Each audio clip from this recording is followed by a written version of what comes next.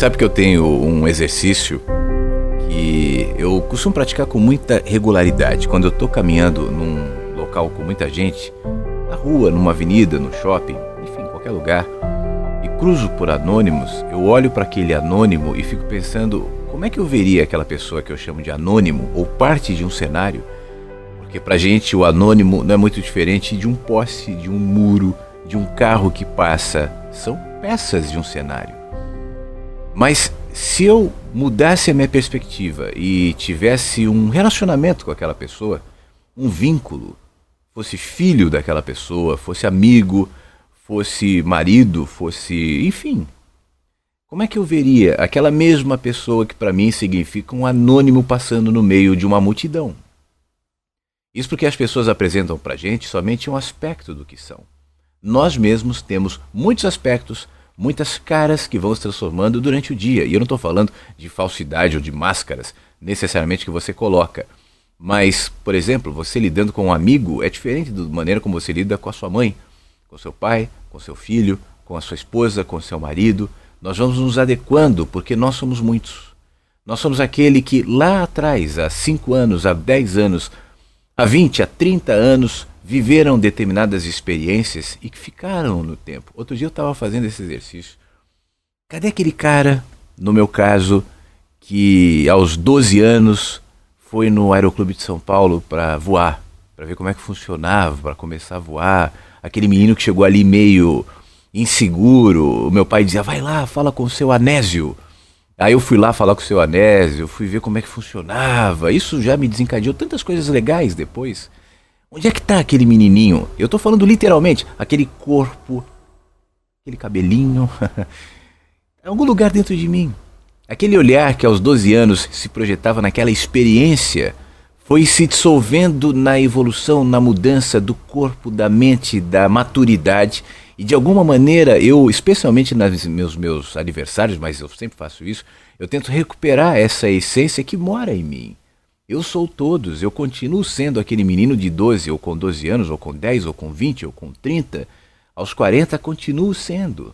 Somos todos. Então quando eu vejo um desconhecido passar por mim, eu tento pensar, se eu estivesse mais perto, se houvesse um vínculo, então eu amaria essa pessoa. Aí eu me lembro de cenas, por exemplo, que você já deve ter visto na televisão, de um psicopata assassino preso que matou não sei quantas mulheres, por exemplo. Aí a reportagem, aqueles programas sensacionalistas, vão lá perto da pessoa e perguntam, vem cá, você matou mesmo? O cara diz friamente, matei. Matei e mataria de novo. E quando sair, matarei novamente. Matei, esquartejei. Você olha para aquela pessoa e diz, monstro. Eu também. Eu não consigo enxergar uma pessoa assim, por exemplo, ou fazendo qualquer maldade. E nós temos na nossa história pessoas que são eleitas símbolos, historicamente, da maldade, sejam regionais ou continentais ou mundiais, e eu não consigo projetar naquela figura nenhuma expressão de amor, eu não consigo enxergar nada de humanidade, não tem laço ali que desenvolva o meu olhar de amor. Você se sente assim também, não? Tem determinadas figuras que não dá, às vezes até na política, não dá, né?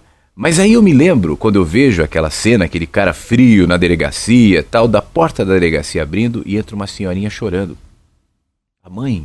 A mãe do fulano, e ela, meu filho, e chorando, e abraça o fulano, e o fulano friamente, às vezes nem cede a emoção da mãe, e as pessoas dizendo, coitada dessa mãe. E aí eu fico pensando que para aquela mãe, a perspectiva pela qual ela vê aquele que eu vejo somente como um frio assassino psicopata é muito maior.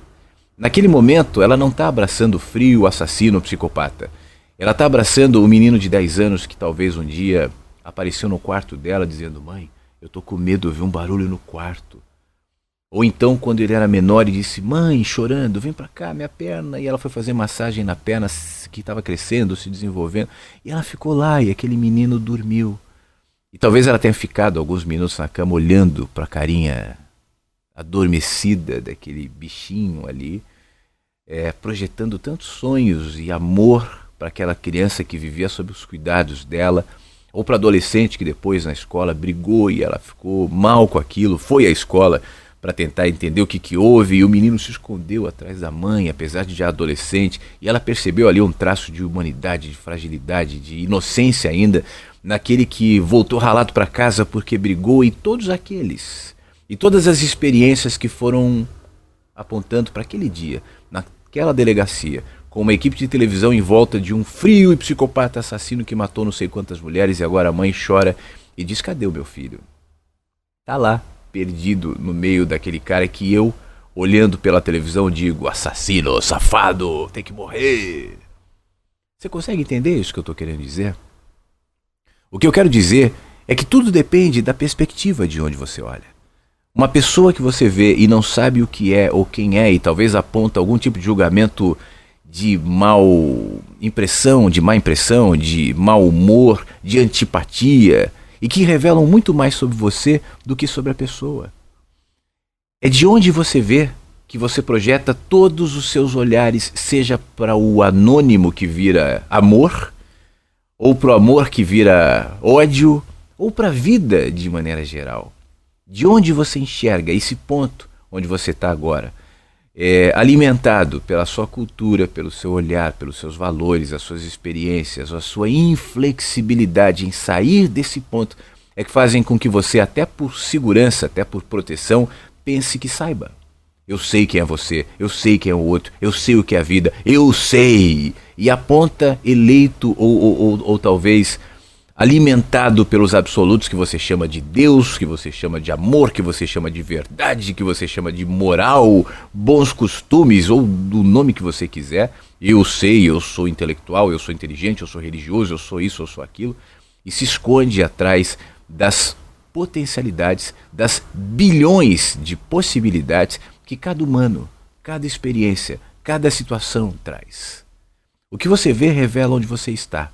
Quando eu vejo o assassino e aponto para ele e digo: mata, eu estou revelando um ponto meu. Quando a mãe chega e diz meu filho, ela está revelando um ponto dela. Com isso eu não estou dizendo que está certo ou errado, ou que deve ou não deve haver punição. Por favor, entenda o que eu estou querendo dizer aqui, porque de repente as pessoas escrevem dizendo: então é contra a punição de assassinos e psicopatas. Não, eu sou a favor. Eu não estou dizendo que eu sou contra. Eu só estou tentando ir um pouco além, para que você entenda comigo que tudo que você chama de verdade, de realidade inquestionável, de vida, enfim, tudo isso reflete você. Basta você se movimentar 1 milímetro e então o cenário será diferente. E então você verá a vida de outro jeito. E então você terá a possibilidade de seguir um pouco mais. É como a gente que vê tudo de baixo, pega um avião, decola e agora vê de cima. E aquele que parecia ser uma ameaça, aquele cara que estava te encarando no trânsito ali, dizendo: eu vou descer com um taco de beisebol, olhando de cima virou só um pontinho. E os fantasmas, e os medos, e as agonias se dissolveram, porque agora o seu olhar é mais amplo. Eu não quero te dar respostas ou nenhuma dica específica nesse nosso rápido papo aqui. Eu só quero te questionar qual o seu ponto de observação. Por que você é tão inflexível e rígido quando julga quem quer que seja? Quando diz que a vida é isso ou aquilo? Quando diz ao me ouvir que é impossível, que é utópico, que é sonhador? Isso tudo fala sobre você, não sobre mim. Por que tanta resistência em questionar os seus valores, os seus pontos de observação, as suas verdades? As verdades são múltiplas e os olhares também.